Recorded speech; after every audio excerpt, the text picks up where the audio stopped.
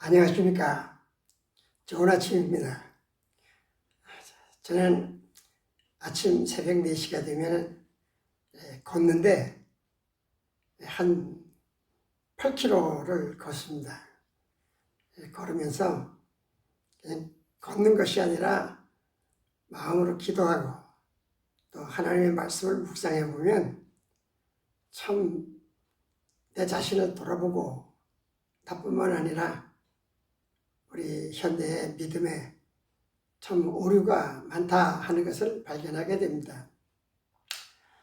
오늘은 성경 말씀에 있는 새로운 피조물, 새로워진 피조물에 대해서 말씀을 드려볼까 하거든요. 세상이 아무리 문화가 발달을 해도 제비가, 까치가 제 집에 페인트 칠하고 살지 않습니다. 외양간에 자라고 있는 소들이 양치질을 안 해요. 특별히 사람만, 피조물 중에 사람만 이 문화의 발전과 이기를 가지고 삽니다. 근데 이 한없이 발달한 인간의 문명이 상상을 초월하잖아요. 385억 원인가 주니까 막 우주 여행도 막 하고 그러잖아요. 이런 발전 속에서 태초에 창조하신 하나님의 말씀에 원리를 지키고 산다는 것이 참 어려운 일입니다. 그렇다고 해서 하나님은 이런 발전 속에서 타락해가는 인간의 삶을 그대로 버려두고 용납할 수가 없는 것입니다. 그래서 고린도후서 5장 17절에 보면 그런즉 누구든지 그리스도 안에 있으면 새로운 피조물이라. 이전 것은 지나갔으니 보라 새 것이 되었도다. 이게 그리스도인의 가치를 얘기하는 거거든요. 옛 것을 다 버리고 예수 그리스도를 통해서 성령을 받고 구원을 받은 사람은 새 것이 되어야 된다. 우리 복잡한 인간의 삶을 또 타락하고 죄악된 삶이 예수 그리스도 안에서 새로운 피조물이 되는 것입니다. 그러니까 이전 것은 지나갔다. 그것은 하나님을 알지 못할 때의 삶을 말합니다. 어쩌면 인간은 독자적인 삶을 살 수 없도록 만드신 것 같아요. 인간은 무언가를 믿고 의지하도록 만들어졌다는 것을 알 수가 있습니다. 그래서 이 세상에 하나님의 말씀의 복음이 전파되기 전에는 믿음의 대상을 깎아 만든 우상, 또 철물을 녹여서 만든 우상, 또 동물들의 형상, 소, 코끼리, 이런 뱀, 이런 피조물 동물들을 그 형상을 만들어 놓고 그것을 믿고 그것에게 믿으면 복을 받는다. 호랑이, 바다의 물고기의 모양, 이 자기가 어떤 것을 우상으로 만들어 놓느냐에 따라서 자기 믿음이 되는 겁니다. 심지어는 옛날에 우리 아궁이의 부지깽이에도 귀신이 있다 그러고 재래식 화장실에서 빠져도 귀신이 있다 그래서 떡을 헤매기고 그런 걸 우리가 겪어보지 않았습니까? 아무리 담대한 사람도 자신의 생명의 위협을 받거나 어떤 물질적인 위협을 받을 때는 믿음을 찾게 되어 있습니다. 그래서 하나님을 모를 때 이런 우상이나 형상을 믿고 따르는 행위, 무속신앙, 하나님의 은혜로 그리스도를 알고 그 안에서 믿음 생활을 하면 새로운 피조물이 된다는 것은 우리가 그런 우상이나 미신에 대한 이 어떤 우리 사람들이 관습, 습관 있잖아요. 습관. 이런 것을 다 버려야 되는 것이죠. 그래서 오늘 생각해보면 그리스도인은 새로운 피조물이 되었나? 우리 자신이 피조물이 되었나를 돌아보지 않으면 안 돼요. 왜냐? 그걸 돌아보지 않으면 자기 정체를 모르거든요. 이제 며칠 전에 중복이 지나갔습니다. 이제 말복이 있고. 그래서 우리 절기 때는요, 전부 음식이 포함이 되잖아요. 근데 음식은 그냥 음식으로 먹고 싶을 때 먹으면 됩니다. 근데 우리 한국의 이 미신적인 음식은 그 속에 미신적인 의미를 내포하고 있어요. 동짓달에 먹는 팥죽, 이것은 피의 색깔을 가지고 애군을 쫓아낸다. 그말 우리가 여러 가지로 절기 때 초하루에 2월 초하루에는 부스럼을 하고, 우리가 지냈지만은 복날도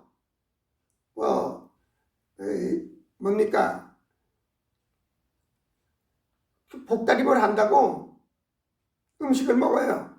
그냥 먹으면 되는데 아무 때나 먹어도 상관없어요. 그런데 전통적으로 이런 미신적이고 우상적인 행위가 우리 몸에 배어 있는 거예요. 습관적으로. 그리스도인이 되기 이전에 이런 행위들을 의식 없이 되풀이하고 있다는 거죠. 제가 목회를 하면서 우리 목사님들이나 이런 분들한테 그런 걸 강조를 해요. 그러면요, 막 열을 올리고 자기 합리화를 하는 거예요. 이건 민족의 고유 전통이 그렇다고 적극적으로 자기 합리화를 하며 말하는 사람을 핀잔을 줘요. 이 유튜브를 보시는 분들 중에도 핀잔을 줄 사람이 있는 거 뻔히 압니다. 아무리 민족적인 고유의 전통이라고 해도 불신앙적인 요소라면 그리스도인의 새로운 피조물이 되었다면 버릴 것을 버려야 되지 않겠습니까? 어떤 목회자들은요, 보니까 그러더라고요. 송구영신 예배를 드리고 전 교인을 태워가지고 해맞이를 하더라고요. 해맞이. 일반인들의 해맞이의 의미는 뭡니까? 1년에 첫 번 떠오르는 태양을 보고 마음의 소원을 비는 거 아니겠어요? 베드로후서 2장 20절에 보면 만일 그들이 우리 주 되신 구주 예수 그리스도를 알므로 세상의 더러움을 피한 후에 다시 그 중에 얽매이고 지면 그 나중 형편이 처음보다 더 심하리니. 얼마나 참 두려운 말씀입니까? 예수 그리스도를 믿으면서 세상의 불신앙적 행위에 매이고 그것에 지면 나중 형편이 처음보다 더 심하다. 왜 이게 무슨 얘기냐면 복음을 알지 못하고 그리스도를 알지 못할 때는 몰라서 그런 거지만 더 심하다는 것은 그 죄와 타락과 악이 더 심하다는 거예요. 그렇게 합리화하면서 짓는 죄가 더 크고 더 뻔뻔해진다는 거죠. 우리의 문화 속에 하나님이 싫어하시고 미워하는 것이라면 버릴 때 새로운 피조물이 되는 것입니다. 이런 행위를 번복적으로 행하는 사람을 보고 베드로후서 2장 22절에 참된 속담에 이르기를 개가 그 토하였던 것에 돌아가고 돼지가 씻었다가 더러운 구덩이에 도로 누웠다 하는 말이 그들에게 응하였도다. 무슨 말입니까? 교회 와서 회개하고 말로는 은혜 받았다, 성령 받았다 하면서도 이 습관된 나한테 잠재진 하나님이 싫어하는 이런 무속적인 것을 계속 번복하는 사람은 개가 토했던 걸 다시 먹는 거하고 똑같다. 깨끗이 씻겨놨더니 돼지가 똥통에 가서 뒤구르는 거랑 똑같다는 얘기예요. 보라 새 것이 되었도다. 얼마나 많이 외치는 말씀입니까? 그러면서도 지난날의 구습이나 행위를 번복하면 개나 돼지, 우리의 삶의 실제 내용을 보면 무엇이 새로워졌는가? 생각이, 아이덴티티, 내 존재감이 얼마나 새로운 피조물이 되었는가를 생각해 볼 필요가 있습니다.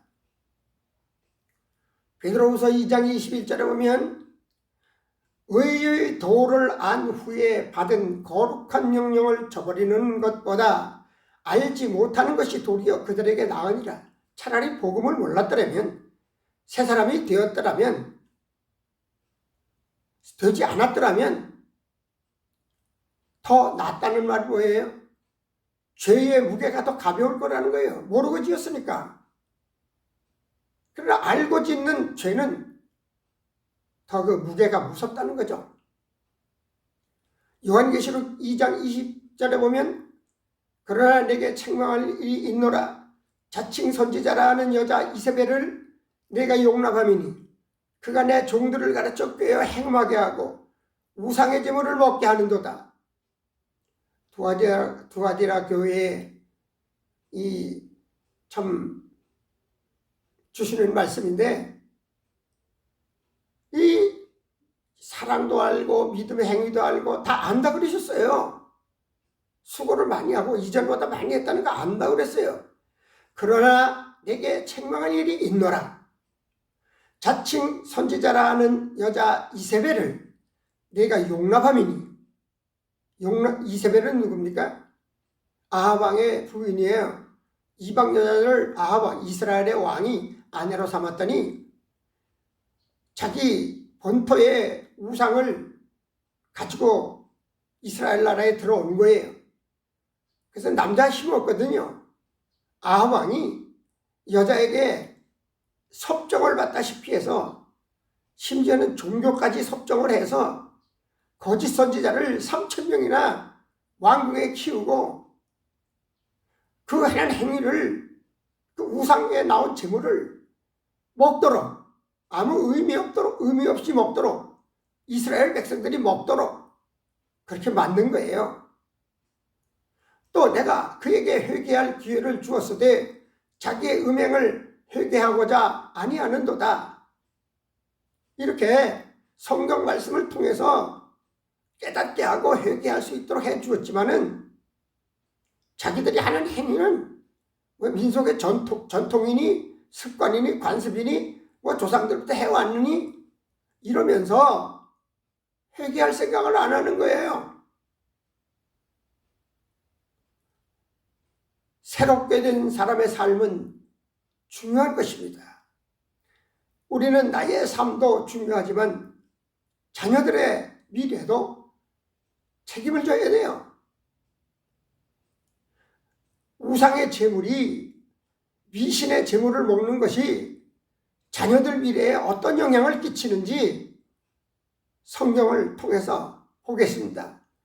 요한계시록 2장 23절에 보면 내가 또 사망으로 그의 자녀를 죽이리니 모든 교회가 나는 사람의 뜻과 마음을 살피는 자인 줄 알지니라. 행동도 중요하고 마음의 생각도 중요해요.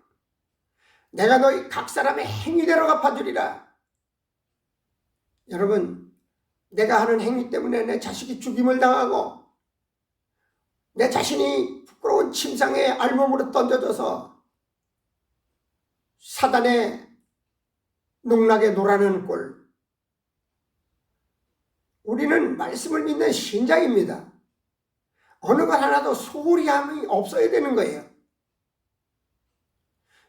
제가 이렇게 말하면 미쳤다고 할 것이지만은 그리스도인이라는 말 자체가 그리스도에게 미쳤다라는 의미를 가지고 있어요.